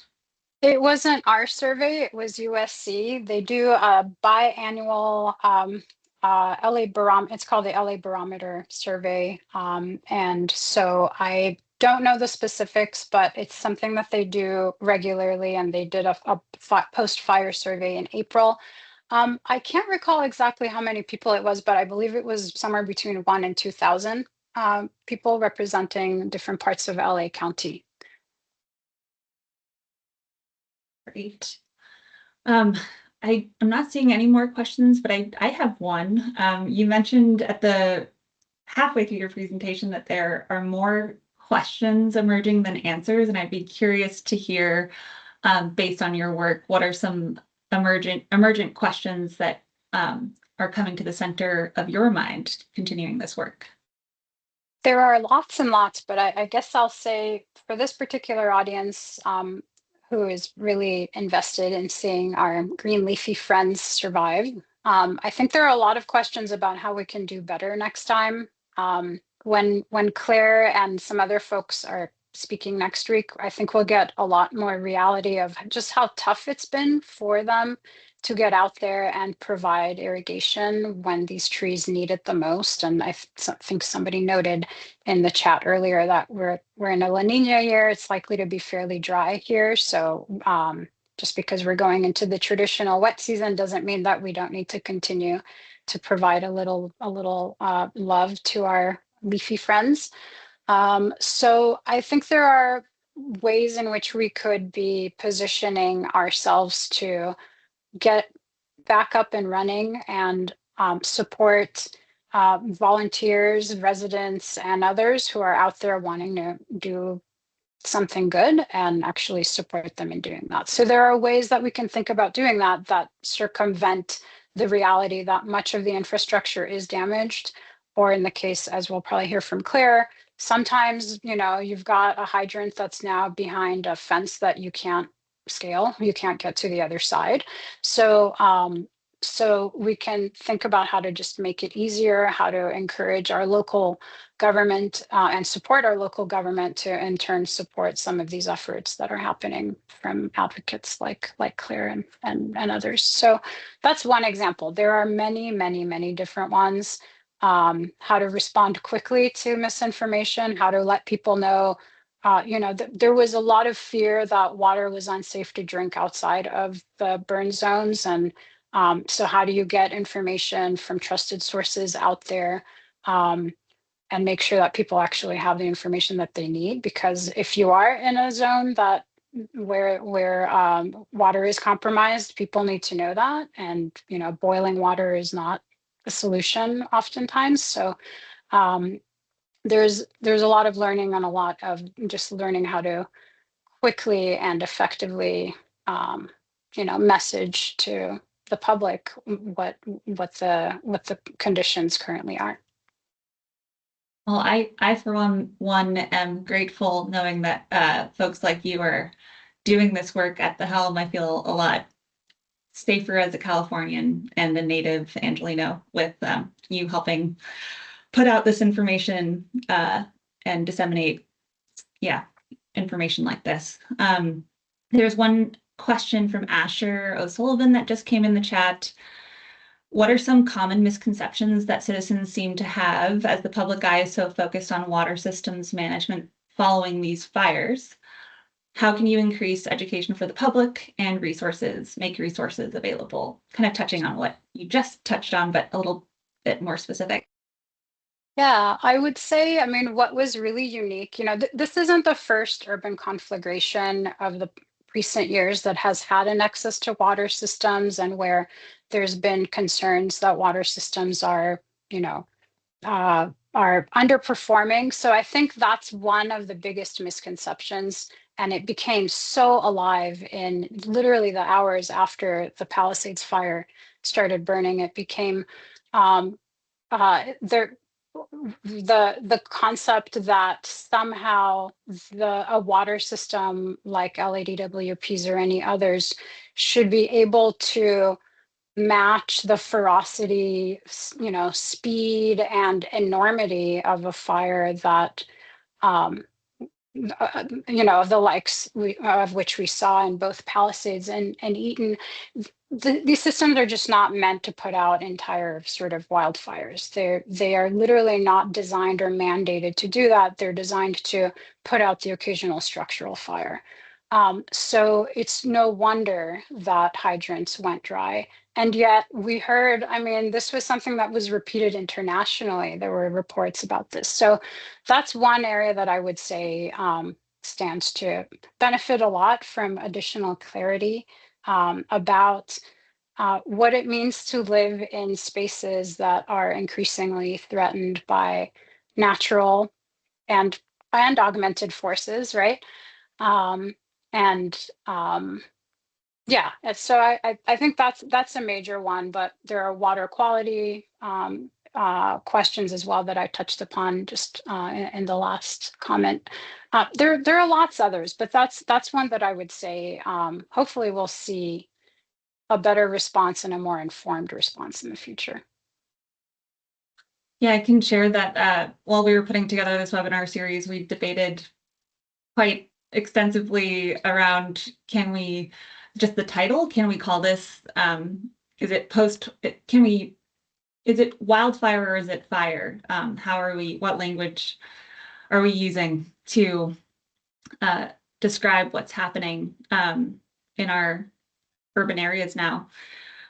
There's a comment that I think is important to spotlight coming in from Tracy in the chat, just highlighting that Travis Longcore from UCLA and others are starting to look at heavy metals in the upper soil profile and dust that could pose health risks to residents or workers in the burn zones. And while we didn't get to feature any soil experts this time, I think I appreciate that comment because it speaks to the intersectionality of water, soil, and urban forestry and human health and public health. So thank you so much, Edith, for helping us providing a more holistic look and approach at these issues. We really appreciate you being with us today.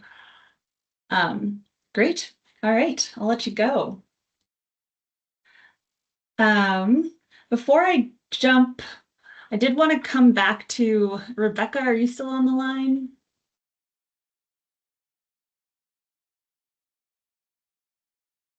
She might not. Oh, no mic, but yes, let me see if I can. Because I know there were some questions that came in for you. Let's see if we can bring you back on. Teams is kicking my speakers off today. Let's see if I can make you a presenter.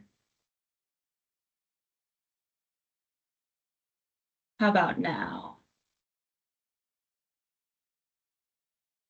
Yes, I think so. Camera came Okay, on before great. mic, but yes, hi.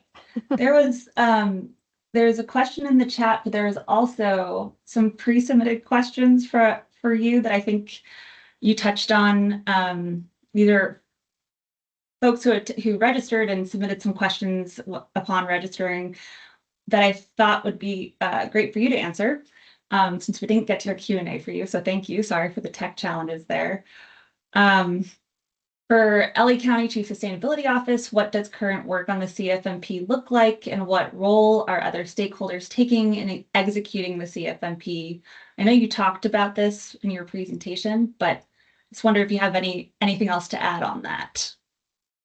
Yeah, absolutely. So implementation is taking many forms right now. We have a lot of ongoing actions coming out of the CFMP, and I did highlight a few of them more from Goal 3 in my presentation, but to just give a little bit of a sampling of some of the other ones, in canopy equity and depaving, we are working on implementing an $8 million IRA grant, and that involves planting 1,100 street trees in high canopy need communities all across the county, as well as 500 park trees.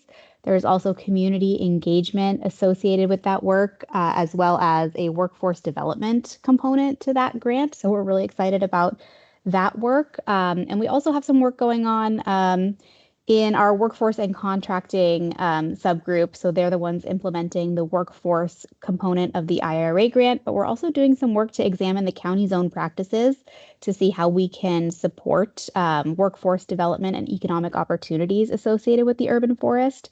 That looks like taking a look at our own contracting policies to see how we can support purchasing county trees from local nurseries, for example. But also looking at innovative opportunities. I know someone raised the idea of urban wood reuse and reclamation, and that's something that we're going to be looking at trying to prioritize over the next year as well. So that's really exciting. And there's all kinds of ways for different stakeholders to get involved. So we work with community-based organizations. And so, for example, we're working really closely with Northeast Trees, which has a grant to do tree planting in East LA. We work with our partners at the City of Los Angeles as some of our thought leaders on regional issues related to urban forestry. And residents can get involved by being oak tree stewards or getting training on how to spot the signs of invasive pests, for example, in trees in their community. So lots of ways that we're working on moving forward the CFMP priorities. Awesome. And I know you just referenced your partnership with the City of LA and the City Forest Officer, Rachel Malrich, but this question did come in. Does each city or county perform their own post-fire tree risk assessment? Is it standardized for all municipalities in fire-prone areas? Any thoughts on that? That's a great question. So I definitely am not an expert on this, so I'm going to say what I do know. I don't think that there's one standardized approach that all cities in the county take when it comes to post-fire tree risk assessment. After the fires that happened in January, there was a flurry of activity, of course, related to assessing the risk of those trees. And I think this is something that Alessandro touched on that was really important for the county to emphasize during that time. Tree risk assessment, it's both an art and a science. There is a certain amount of a judgment call involved in assessing the risk that any particular tree poses. And then on top of that, there's a judgment call in assessing what level of risk you're willing to accept once you've sort of established that level of risk. But I think something that we all agreed on, or many of us who were involved in this agreed on, was that it was really important that we have arborists with local expertise be involved in the risk assessment of the trees, because while it was really instrumental to have resources at the federal level coming in and doing post-fire recovery, a lot of the arborists trained at the national level, they don't necessarily have that information about how some of our tree species might be fire resilient or respond to fire differently than trees in other parts of the country, or how the local conditions might be different. And so it was really important for us to have our local arborists, which include our county arborists, but also arborists in the community, have an opportunity to be a part of those assessments. Awesome. Yeah, I've heard that from a lot of folks working on tree preservation post-fire. So thanks for highlighting that, and thanks for being willing to come back on at the very end to answer some of these questions. All right. I know we're going a little bit over. I'm just gonna wrap us up here, send us home. Before we completely stop today, I do want to just take a moment to plug the third and final webinar in this three-part series.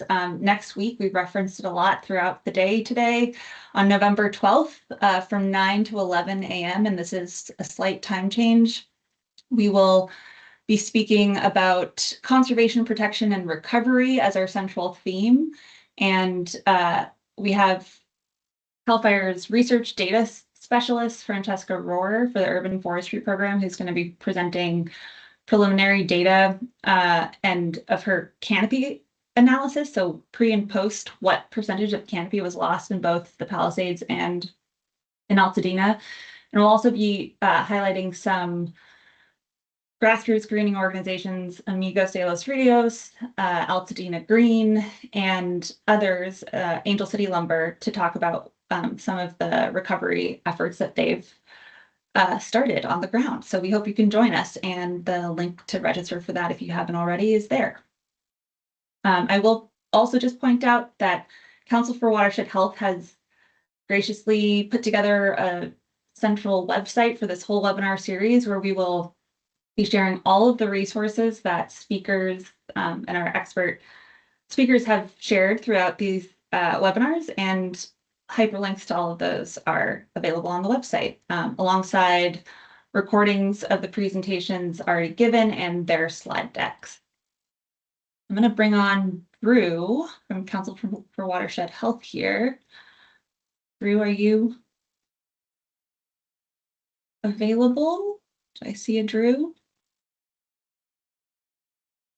All right, I don't see Drew. Maybe we lost him. But we do have some urban forestry organizations. He can't unmute. He's here, but he can't unmute. Oh, wow. Teams, how fun. Where is he? Let's see. 1 second. All right, well, Drew, I'll cover the content that we had hoped you would share. We just wanted to highlight some of the organizations, urban forestry organizations in Southern California, that are doing on the ground work in this space.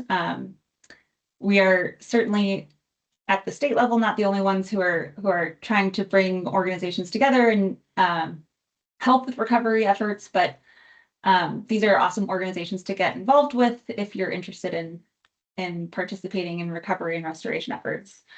There is an organization, Regreen Altadena, that has an event this Saturday. So if you're looking for volunteer opportunities, check them out. And finally, what I'm sure a lot of you have been sticking around for our ISA certified arborists, you can scan this QR code and get 1.5 continuing education units for attending today's webinar, and we will follow up via email to everybody who registered with this link. And I just want to say thank you to everybody who joined, to our guest speakers for sharing the research that they've been conducting, and we will see you next week on November 12th for the final webinar. Thanks, everyone. Bye.